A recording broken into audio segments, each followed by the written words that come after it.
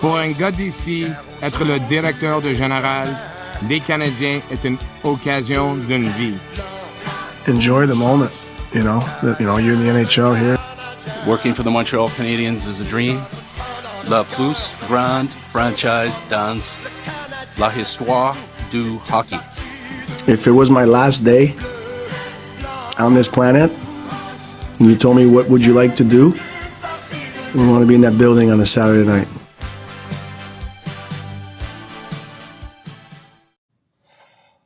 What is up, gang? Bienvenue à HABS Therapy Day, guys. Welcome to HABS Therapy Day, a bilingual show for fans who value substance over spectacle. Pas de rumeurs, pas de clickbait, juste de l'analyse sérieuse basée sur les faits. We offer informed, reasoned perspectives on the Canadiens, des points de vue réfléchis, loin du bruit médiatique. If you're looking for honest discussion and real information, vous êtes au bon endroit. This is HABS Therapy Day. Ici, HABS Therapy Day.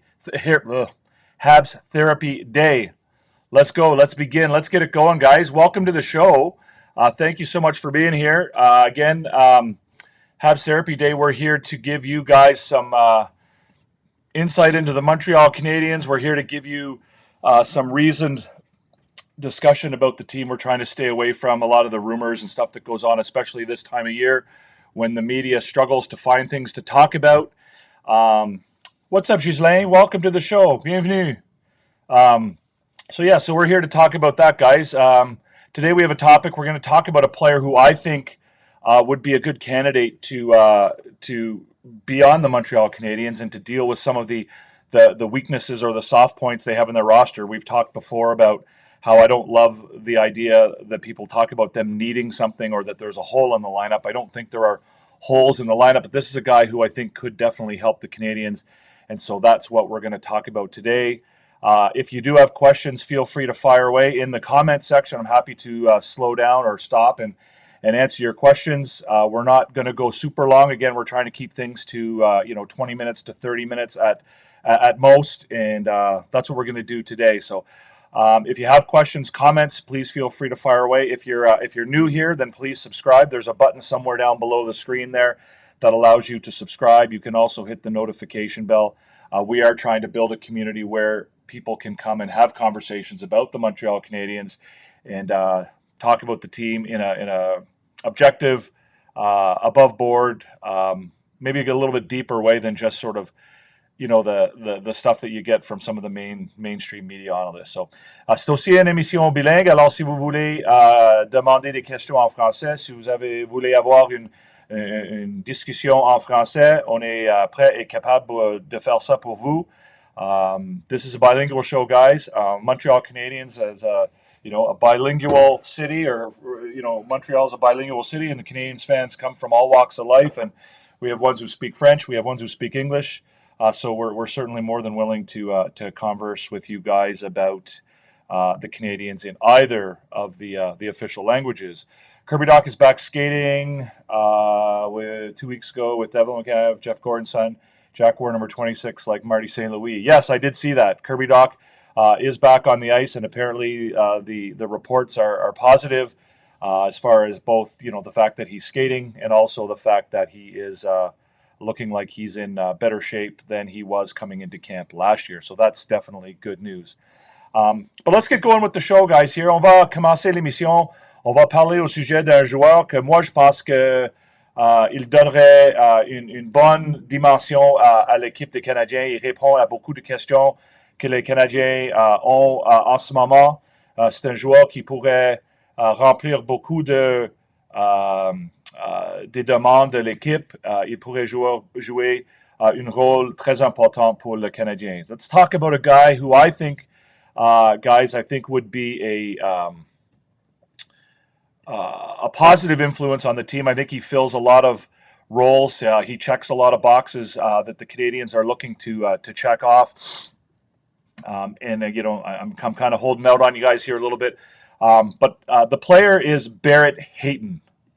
Now, that might be a name that some of you sort of know, but it might also be a name that you're not all overly familiar with. You've probably heard of him at some point, but may not know a ton about him. So that's why I kind of wanted to talk talk about him. I wanted to talk about the player and why I think he would be a decent choice for the Montreal Canadiens. Barrett Hayton is a center. He's a left-handed center, so in that sense, fills a role for the Canadiens. He's 25 years old, born on the 9th of June 2001, so he's just turned 25. He's from Ontario, 6'1", 201 pounds. He was drafted 5th overall of the 2018 draft. That, of course, being the infamous Kotkaniemi draft. So he was drafted after Dahlin, Svechnikov, Kotkaniemi, and then Tkachuk. So then he was 5th overall. He played his junior hockey in Sault Ste. Marie with the Greyhounds in 2016 to 2019. He played at the Hlinka Cup in 2018, was a teammate of Noah Dobson's at that tournament, and was coached by Daniel Jacob. Daniel Jacob was the assistant coach of that team, and he, of course, now is also the assistant coach of the Laval Rocket. He played in 2 World Junior tournaments. He played in 2019 with Noah Dobson and Nick Suzuki. Both were teammates on that team, and he was the captain of Team Canada at the 2020 World Juniors. Ghislain, let's answer a question for Ghislain before we keep going here. D'après toi, Devin, penses-tu que le Canadien va aller chercher un autre joueur ou il va garder une pièce vide pour permettre à un jeune de faire sa place?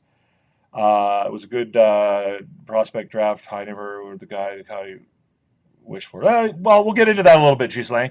The first part of your question. Alors, moi, je pense que le Canadien vont faire un autre échange, vont faire un échange si une bonne opportunité se présente. Je pense que pour moi, c'est pas une nécessité de faire un échange avant le début de la saison.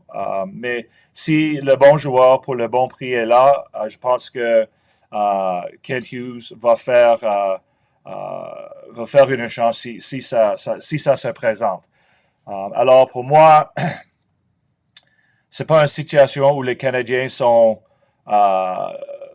désespérés pour faire un échange.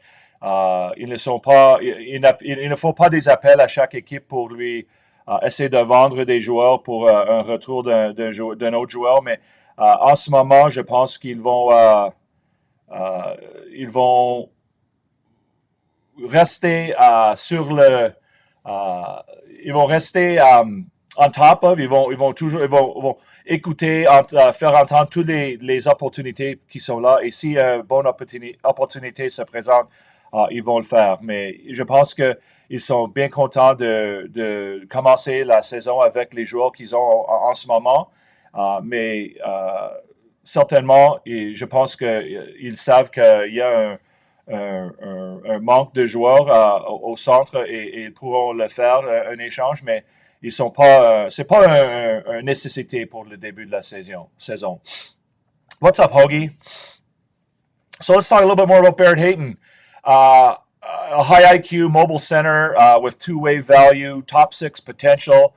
He enters the last year of his RFA contract and will be a free agent or an RFA at the end of next season. I think this season is a big one for him. He played a decent season this year, although there were injuries in the prior season. The year before, he came back quite nicely with 45 points, but he definitely is a two-way player who brings a lot to the situation, both offensively and defensively. He, to be able to put 2 healthy seasons together this year, I guess, will go a long way in seeing how Utah responds to his contract negotiation and what type of market there would be for him if they decided to make a trade. He's a streaky scorer. He scores in bunches, and he's the kind of guy who scores dirty type goals. Right? He's not a guy who's going to score goals off the rush. He's not a guy who's going to deke out a defenseman and go in and score, a highlight reel type goal. He's a guy who scores goals from close in the so-called home plate area. A lot of deflections. He's a lot of rebounds. He's the kind of guy who, gets in those dirty areas and fights for that spot in front of the net and causes havoc in front of the net and scores that way. He does have a really impressive knack. If you watch him play, he has a really impressive knack to find open ice. He's a really good at finding open space and getting open for passes, certainly close in around the net. And he has a real tendency to anticipate the play and be in the right spot at the right time. So in that sense, I think he's a really, he's a really good player. He's a pretty good match, I think, as well for the Canadiens. I think he's the type of guy who would suit Ivan Demidov really well, right? Ivan Demidov being a really creative playmaker who makes, really nice passes in traffic. To have a guy like Barrett Hayton who's able to find open ice and get available for those, those quick passes, those backdoor plays, those one-timers, and get in on the rebounds. I think, Demidov and Hayton together could make a really nice combination. Let's get to some more questions here.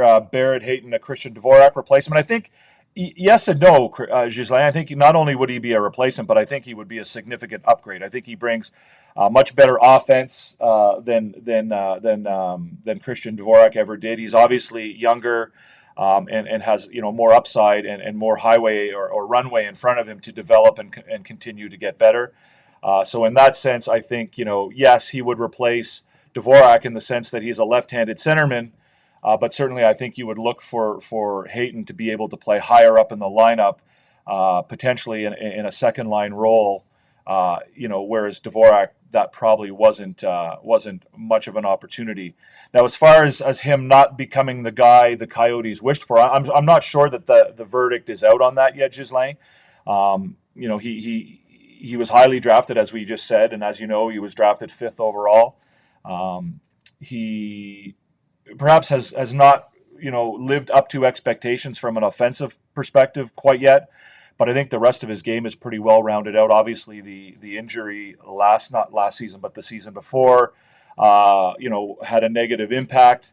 They did sign him to a bit of a bridge contract. I believe it was a 2-year contract coming out of his ELC, so they weren't prepared to commit to him long term. They weren't prepared to give him that 8-year contract and say you're our guy. So in that sense, maybe you're right. He at this point hasn't become the player they want him to be, and it's why I say I think this year would go a long way in determining whether or not they're interested in trying to keep him or whether or not they'll look to move him and so on, like what his market value will be like, right? So he had that last year he had a pretty good season with the 45 points and being a pretty good contributor to their team, playing in a top 6 role. The year before that he was injured for the better part of the season, and so this year will go a long way in determining whether or not now that bridge contract is over, are they willing to make the long-term commitment to him? And I think that if they're not, then I think he would be a really ripe candidate for the Canadiens to try and pick up on.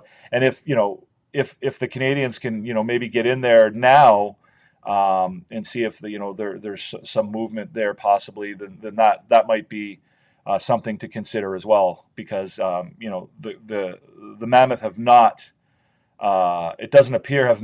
I mean, again, I can't speak to anything that's going on behind the scenes or whether there's any type of negotiations going on behind the scenes, but there certainly has been no real talk of them looking to extend him this summer. So, if the Canadiens were to catch wind that he was a guy who was available, assuming the price was right and you felt like you could get him under contract long term, I think that he would be a really good player for the Canadiens. So,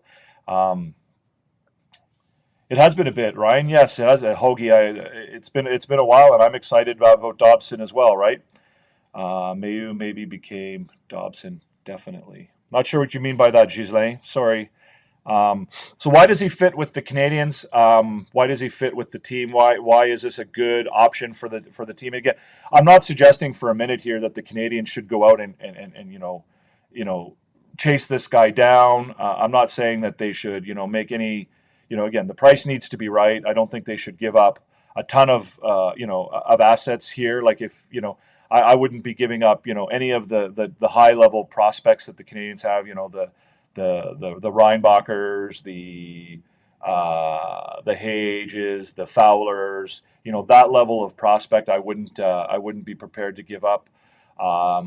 Whether the first round draft pick for next year, you got to be careful with that a little bit if the Canadiens, have a bit of a setback this year and fall, and don't make the playoffs and fall back in the standings a little bit, next year's first round draft pick will have a ton of value. So again, I'm not suggesting that, and this isn't the way that Canadians operate anyway, by the way. It's, they're not out there chasing guys. I think they're a team that has their finger on the pulse at all times and sort of, listens and keeps abreast of all of the, the things that are going on around the league. And, if, you can get in a conversation with Utah, whether it's about Hayton or somebody else, and then sort of move the conversation that way to see, what type of return they're looking for from him, or looking for him.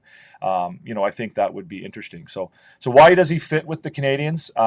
As Ghislain has pointed out, he's a left-handed centerman. That is a hot commodity for the Montreal Canadiens. Obviously, to replace the role that Dvorak brought last year, the guy who would go out and take faceoffs, in key situations, especially on the left-hand side, defensive zone type stuff. We saw, Dvorak would take faceoffs at the beginning of overtime, of overtime and things like that. So in that sense, he replaces Dvorak, but I think he does a lot more than that, right? He plays a much more significant role than you would expect from a guy like Christian Dvorak. Not only is he a left-handed centerman, but he's very strong on faceoffs, right? He's anywhere between 51 and 53% on faceoffs. Led his team in faceoff percentage last year. As a relatively young guy, he's one of the best faceoff guys in the NHL under the age of 25. So in that sense, he fills a very, very important role. If you were around for our previous episode where we talked about the fact that the Canadiens don't need a second line center, what we did sort of conclude after that was that a left-handed centerman or a good high percentage face-off guy, hopefully from the left-hand side, would be something that the Canadiens would definitely be very interested in. Again, I'm not going to define it as a need per se, but it's certainly even beyond a quote-unquote 2C that everyone's talking about. A centerman who can reliably win faceoffs when they're important, a la Christian Dvorak, is something that the Canadiens had last year that they don't currently have heading into this season. And certainly, amongst his value, that is one thing that Barrett Hayton would bring to the team. He's age appropriate, right? He's 25, so he's not a guy. Again, everyone's talking about Sidney Crosby again, right? The Canadiens are going to get Sidney Crosby. Well, Sidney Crosby isn't age appropriate. There are a lot of reasons why Sidney Crosby might make sense to come to Montreal, but there's a lot more reasons why it doesn't make sense. Barrett Hayton does make sense in this way because he's 25 years old. You hear the term that you hear from Kent Hughes all the time is he's a guy who can grow with the group, right? He's not a guy who is going to come in for 3 or 4 years or 2 or 3 years to fill a gap or to get to bridge the team over to the point where they become a competitive team or a team that will compete on a regular basis for the Stanley Cup. Like Sidney Crosby, regardless of what you think about him, is not going to be a part of the Montreal Canadiens when they become a Stanley Cup contender. He's got 2 years in him, maybe 3 if you're lucky, but probably more like 2. Whereas Barrett Hayton is not unlike Noah Dobson. He's a guy who's 25. You can sign him for that long-term contract, and he can come in and join this group and be a part of the group and grow with them, right? Grow with them over a long period of time, and be a part of the the long-term goals of this team. Whereas some of the older guys that they've talked about so far, your Marchessaults and your Giroux and your Jonathan Toews and Sidney Crosby, these are not guys that make sense given the Montreal Canadiens' long-term plan to become a perennial contender, right? These are guys who can fill holes, and you don't mind filling a hole from time to time if you can get them at a very, very reasonable price, right? You're not sacrificing the future in order to fill a hole on a short-term basis. Like, you're not giving up a ton of prospects. You're not giving up a ton of draft capital just to bring in a guy who can, be a Band-Aid for a couple of years until you can, get somebody better. And that's not what the Canadiens are down for. That's not their plan. That's not the way they're doing this rebuild. All indications are that Barrett Hayton, fits the team's culture and identity, right? I mean, obviously you've never met the guy in person, but all indications is that he's got a ton of leadership ability. He was the captain of the World Junior team. He was the captain of his junior hockey team. There appears to be a lot of character there, and he's a hardworking guy who works on his game and seems to understand, how he understands. He gets it, I guess, is the expression that we often hear. He gets it. He understands the game. He understands, the team game. He understands what it takes to win, and that as a hockey player, your only role is really to do everything you can to help the team win. And he's the kind of guy who seems to understand that. He's good at both ends of the ice. He's responsible. He's reliable. He's suited to the team's style and the system that they play. He's a guy who understands both ends of the ice. He, has good hockey IQ. He has good vision, moves the puck well, and understands the game on a deeper level. And like I said, one of his main skills that I find watching his tape is that he's got an uncanny ability to find space and to get into that open space. And that to me is a sign of a high hockey IQ, a guy who, even when he doesn't have the puck, knows how to get into dangerous places and become a threat. And he's pretty good that way. So what are my thoughts on Bolduc? I think Bolduc's an interesting guy, still very young, obviously, has a big runway in front of him. Similar to what I just said about Barrett Hayton. He's a guy who seems to get it. He understands, his strengths, his weaknesses. He understands what kind of, role he can play on the hockey team. He's willing to adapt and able to adapt and adjust his game to make the team better. If the team needs him to play a certain way, he can play a certain way. We've seen him do that. He adapted from being a pretty smooth goal scoring type guy without a ton of physicality to a guy who's now incorporated a lot of physical elements into his game and has changed the way he plays.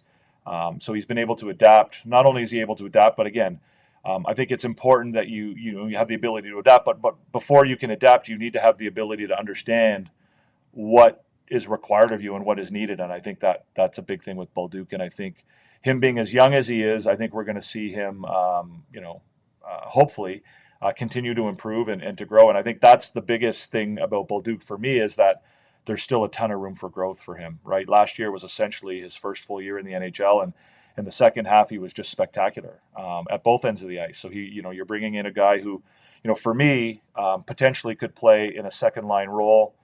But if you've got a guy like that on your third line, Bolduc is the kind of guy who, is a third liner on a Stanley Cup contender. When you've got guys like Bolduc playing on your third line, you're doing pretty good. So.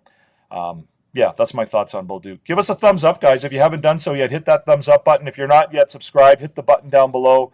Join the Recliner Sports community here. We do this show 3 or 4 times a week, and during the season we do another show called HABS After Dark. So if you want to have some objective, smart conversations about the Canadiens, feel free to subscribe and join our gang. It would be awesome to have you. And again, if you have any questions or comments, feel free to fire away. Does Sammy Blais start in Montreal next season? I don't know. I have no idea, Ghislain. We'll see. We'll see how training camp plays out. My sense is that it would be tough for him to get a spot on the team next year, but there are some openings in the bottom 6 now left by the departures of Dvorak and Armia, and so there is room for some veteran presence there perhaps, and some guys to fill those roles. And if the younger guys coming up from Laval aren't able to do that, then Samuel Blais is a decent option as well. What will Utah have to return for Barrett? I don't know, Ghislain. It's kind of what I was just talking about. I think it really would depend on what his season looks like this year, right? So if at the moment, I think you might be able to get him at a bit of a discount if they were willing to. And again, I don't even know whether they're willing to even consider trading him at this point, what their thoughts are on him. But again, if he has a really strong season this year, then my sense is that, they're more likely to want to re-sign him, and, the value of, his value, whether it's, contract wise or as far as what, he would, warrant in a trade would increase significantly. So it all depends on this season, quite frankly, I think. So, like I said, he's an RFA next year. He's arbitration eligible. His qualifying offer would be somewhere right around, it's around $2.1 million. Currently, he's under contract for 2 years at $1.775 million. That was his first contract coming off his entry-level contract. So, again, there was a sense, certainly, that contract leads me to believe that there was, that Utah / Coyotes, Phoenix, were not convinced about this guy coming out of his entry-level contract, right? It's not a situation like, we're going to see from Lane Hudson, where the Canadiens are kind of try and get him under contract for as long as possible, right? They're going to try and get him, under contract for at least, 5 or 6 years, and ideally for 8 years, right?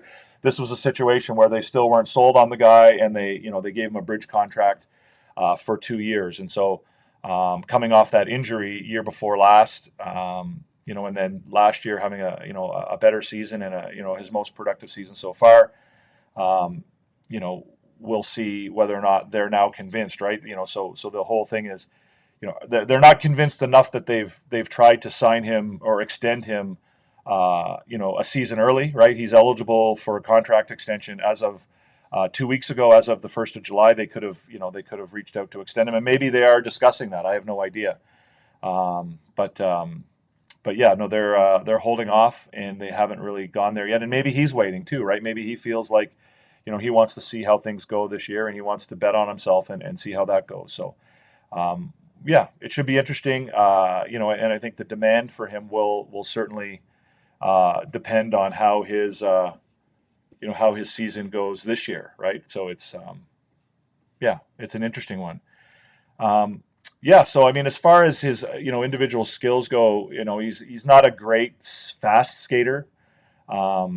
He's an effective skater. He's a good mover, and knows how to get to the right places. He's an efficient skater. He knows his angles.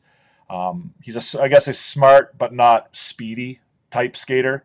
As a playmaker, he's pretty effective in creating scoring chances, but I think more than anything, he's really good at creating scoring chances for himself. And I've talked about this already, his ability to find open space, to get open, and to get to the right spot where he can, get a dangerous scoring chance. Perhaps not the best setup guy in the world, but, he certainly, makes good plays, has a strong hockey sense, and, is pretty good that way. Shooting, not the best shot in the world. He doesn't have the hardest shot in the world. He has a decent, quick snapshot. But if you go back and watch his highlights, I mean, the majority of his goals come on deflections and rebounds, or on plays very, very close into the opponent's net. It's very rare that you see him score off a one-timer or otherwise or off the rush. It's normally he's in front of the net deflecting a shot from the point. He's really good at establishing himself in front of the net and getting into a good spot and a good position there. High hockey sense, really high situational IQ, makes smart plays. He's able to control the pace with his game. Like, he's able to slow things down with and without the puck, right? He's really good at holding back and knowing when to become the trailer. He's gotten some pretty good scoring opportunities that way last year. So he's, hockey sense wise, again, finding open space, being in the right place at the right time, right? He's the kind of guy who, just, the puck squirts out somewhere and there's nobody around, and then there he is, and he has an open net and he puts it in the net. His defensive or two-way game, he's really, really strong on face-off. He's able to kill penalties. He also plays on the power play. He's very responsible defensively. He's an effective back checker, and he's not afraid to block a shot and do the dirty tough things that it takes, to win games, right? To be a playoff team, to do those things that become more important as the games become more important. He's not the most physically intimidating guy in the world, but he's good using his body along the boards or to win battles. He's good in front of the net using his body. He obviously, still young and could probably use a little bit more strength, but he's really, effective using his body and his strength to win battles for the puck, although he's not a guy who's going to go out there and run guys over and throw big hits. You'll remember a couple years ago he had a fight with Nathan McKinnon.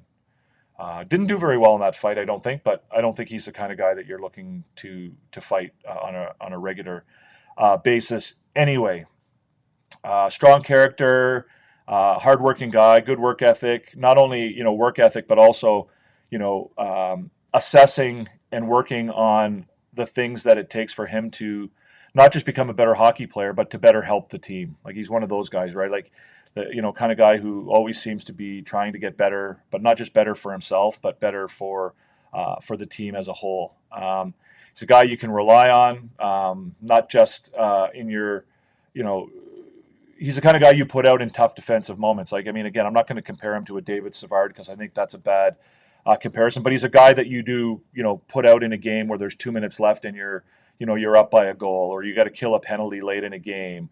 He can do all of that. He can kill penalties. He can play on the power play. He's a guy who you can put out there in those tough moments. Again, he's willing to, to throw himself in front of a puck to block it, and he's willing to do all that stuff. And by the way, he might, turn the puck the other way. Return from injury as well. Like he appears to have bounced back from a pretty significant injury last year, and done well. So in that sense, there's an intangible there as well. That you could look positively on. So, who will be the goalie tandem starting the season with them acquiring Capo Kakkonen? Good question. I mean, I think it depends on training camp. I mean, you're going to training camp with probably 4 goalies who are going to play either in Montreal or Laval. You're going to have Montembeault, who will have the inside track to be the starter, obviously, for the Canadiens. You'll have Jacob Fowler, who will probably have the inside track to be the starter in Laval. And then you'll have Kakkonen, I always want to call him Kakkonen, and Jakub Dobeš, right? And those two guys, I think, will be, it'll be a determination between those two guys as to who, sticks with the Canadiens and who sticks with Laval. And, I think that the preference ideally would be for that to be Dobeš. Just because, I think they'd like to see him come in and have a really good camp and, continue his development forward. Whereas, Kakkonen is more of a stopgap measure at this point. He's not, I don't think Kakkonen is, a big part of the future of the Montreal Canadiens. But again, it's going to depend on training camp. And I think that Kakkonen gives you, options. I think if Kakkonen is playing at the NHL level, I think you probably see Montembeault play a lot more, whereas if Dobeš is the backup in Montreal, then I think he obviously will play a bit of a bigger role as far as the number of games he plays, just because you want to get him into games and you want him to to develop, right? You're not, Kakkonen, you don't really care if he only plays 15 or 20 games, probably a little bit more than that. But with Dobeš, you ideally want to see him get 30, 35 games, 30-ish type games, right? 50-30 or 50, whatever. You're not looking for a 50-50 split, but you'd want Dobeš to get a lot more time because you want him to develop. Whereas Kakkonen, it's not as much. His development is not as much of a concern. So, but again, I mean, I think it's really important to keep this in mind, guys. I mean, everybody and their dog is out there online right now talking about, the projected lines for next season and who's going to play with who and what defensive pairings and who's going to be on the first line and who's going to be on the second line. I mean, the answer to that question every time is going to be it all depends on what happens at training camp. That's why they have training camp, right?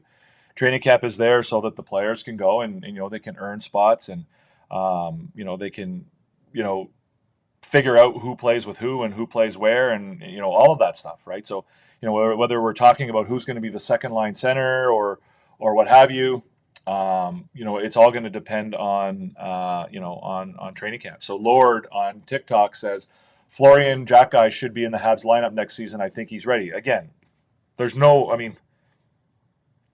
absolutely no way to know that. There's no way to know whether he's ready. He hasn't played a single game at the NHL level, so you can't possibly know whether he's ready, right? So you're going to go to training camp, and Florian Jacki will be at training camp, and he'll, be given an opportunity to show that he's ready to play in the NHL. My sense is that he's, not ready just yet. I think he had a wonderful season in Laval last year. Certainly surprised a lot of people with, with his ability to put the puck in the net. But, he's still quite young. He's still very raw, and he's a guy who, continues to develop. He's developing at a very fast pace, which is obviously pretty encouraging for the Canadiens. But, as far as, declaring, in the middle of July that Florian Xhekaj should be on the Montreal Canadiens lineup next year, I think is, again, it's a little bit silly, right? If Florian Xhekaj goes to camp and, is absolutely horrible, then he's not going to play for the Montreal Canadiens next year. If he goes out there and is one of the best forwards, I think, he could definitely get an opportunity to play in the NHL. But, last year, I think everyone thought Joshua Roy would play for the Montreal Canadiens last year. But, he had a tough camp, and, he ended up going back to Laval. So, it's, a lot can happen between now and the first game of the season. God forbid there could be injuries, there could be, all kinds of stuff that happens between now and then. But, to suggest that, a 21-year-old kid who has 1 year of professional hockey under his belt and, certainly, is very raw, should be or will be on the roster next year, I think is, can he be? Absolutely. I think the Canadiens probably head into the season or into training camp next year on the assumption that he probably needs another year in Laval, but he'll have the opportunity to do what it takes to change their mind if he can play up to that level. When do we see Jacob Fowler in the NHL again? It all depends on his development, Hoagie. Like, it depends, right? The kid is going to play his first full year of professional hockey. Every time a developing or a prospect, makes a jump up to a new level of hockey, you want to see that he can handle that level, right? We saw him play, in the USHL. He was one of the best goalies in the league there. Then he made the jump to the NCAA, and he was one of the best goalies there. Now he's going to make the jump to the American Hockey League, and if he can become one of the best goalies there, then I think, he has a pretty good shot at being up with Montreal in, probably not next year, this year coming, but maybe the year after that. But again, it all depends on how he plays and how he develops, and, hopefully his development continues to go on an upward rise like it has, but everyone's, sometimes players plateau before they get to the NHL. So it's I don't think it will be this year, I think we can safely say that even if he comes in and lights things up at training camp, I think the Canadiens will probably want him to get that experience of playing pro hockey before throwing him into the NHL. I think he would have to do some really, really spectacularly crazy things in order for them to, feel forced to keep him at the NHL level. But as far as when, I really don't know. So back finally, some final thoughts just on Barrett Hayton, guys. I think if we look at, a projection on him, and again, I'm always hesitant about projections, but, an objective projection on him is that, right now he's a middle six type center. He has potential to be a top six guy. Offensively, if his production continues to grow and increase and get better, he can certainly become, a top two or a top six type forward, a 60, 65, 70 point guy with, high two-way players, sort of maybe a Nick Suzuki light, a guy who, Suzuki, I think we've seen has capacity to be, a 90, 95 point guy in the NHL, or 85, 90 point guy in the NHL, and obviously brings, other aspects, on the two-way and the defensive side of his game. I think that Hayton could, bring that defensive game and that face-off game and be that positional type guy who, can go out there in certain, specialty situations, whether it's to win a face-off or kill a penalty or go out there in the last minute of a close game. But, I don't think, him getting up to that 80, 90 point plateau, I think is probably a little bit wishful thinking. I'm not saying it's impossible. I mean, obviously he had the pedigree, 5th overall draft pick, captain of Team Canada. He has that potential. So that to me is his ceiling, right? His ceiling is that he's a 60 to 70 point, two-way type center, top six guy. Probably, on the Canadiens would be a second line type centerman. who you can also use in those situational, opportunities. I think his floor, if he doesn't continue to develop at any great rate and stays where he is, then I think he's a 40 to 45 point guy, who probably plays on your third line and, again, still has that ability to go out and kill penalties and be a defensive forward when you really need it, win faceoffs and take situational faceoffs and so on and so forth. So that's sort of my thought on him and where he would fit with the Canadiens. Again, I think he would potentially answer their questions at second line center in the short term. Even if he didn't get better, I think in the short term he could play at that level. And if he did develop to his ceiling, then I think he's more than capable of being a good second line center at the NHL level. If Kirby Dach is able to get back to his strengths and potential, then again, like I said, talking about Zachary Bolduc earlier, if you've got Barrett Hayton on your third line, you're a pretty good team, especially if he lives up to his ceiling. If he becomes that 60 to 70 point two-way center, and you've got him on your third line playing with a guy like Zach Bolduc, then that's a pretty powerful team that has a lot of opportunities to win a lot of games. So, couple more questions here. Yeah, no, that's all right. Yeah, I mean that's the key, Ryan. Is especially with goaltenders, you don't want to ruin their development, and especially when you don't have to, right? There's really no need to, and I know a lot of people sort of lose sight of the fact that this team has a long-term plan in place, right? Like when we talk about the Canadiens having a quote-unquote hole at second line center, implied in that is that they think that the Canadiens should be contenders this year, right? Teams have holes, teams have weaknesses, the teams have areas of their game where they're not that strong, and you don't have to have a perfect team.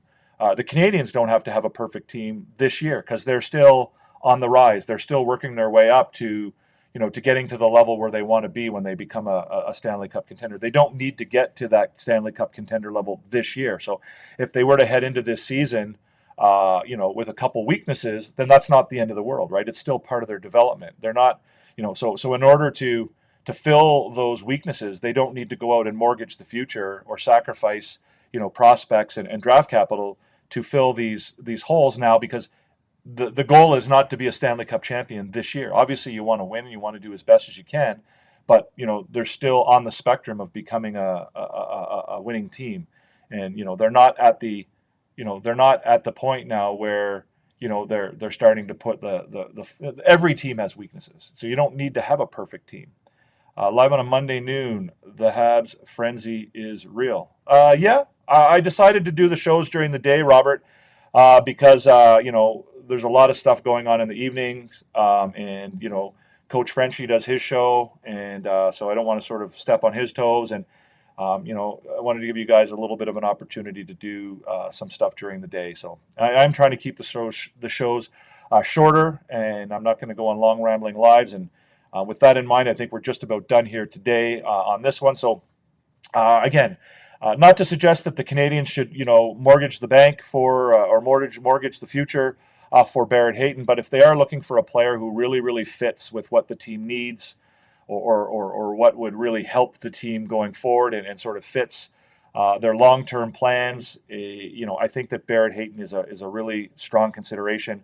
All these other rumors going on. This isn't a rumor, right? I'm not suggesting for a minute that this is a guy that they're considering. I'm not suggesting that this is a guy that's available. I'm just saying that this is a guy who's out there who I think would be ideally fitted to play for the Montreal Canadiens, whether it's short-term or long-term.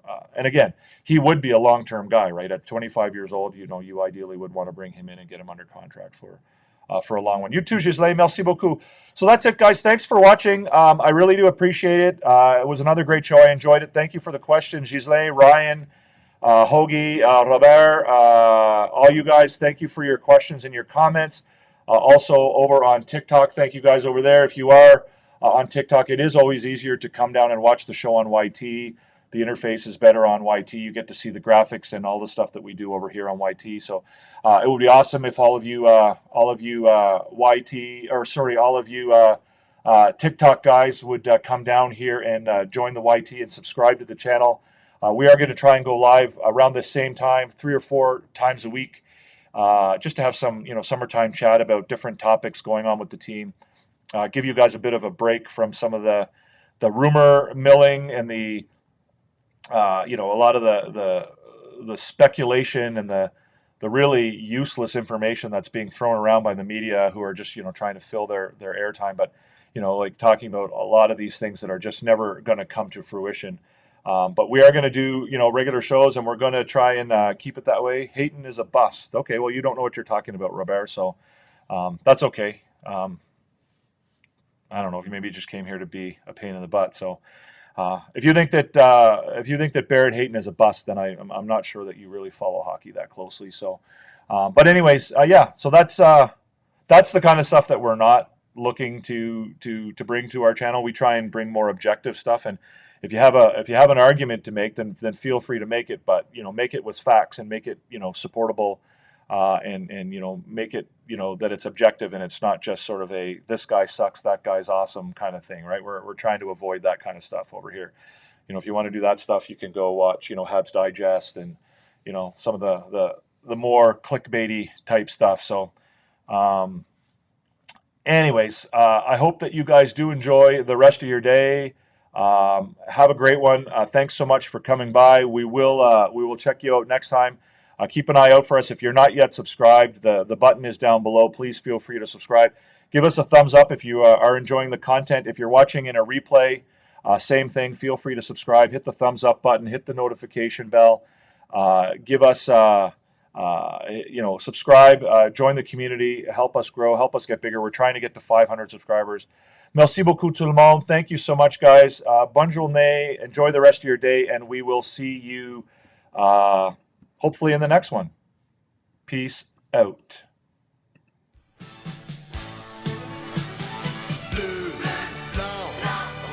Pour un gars d'ici, être le directeur de général des Canadiens est une occasion d'une vie.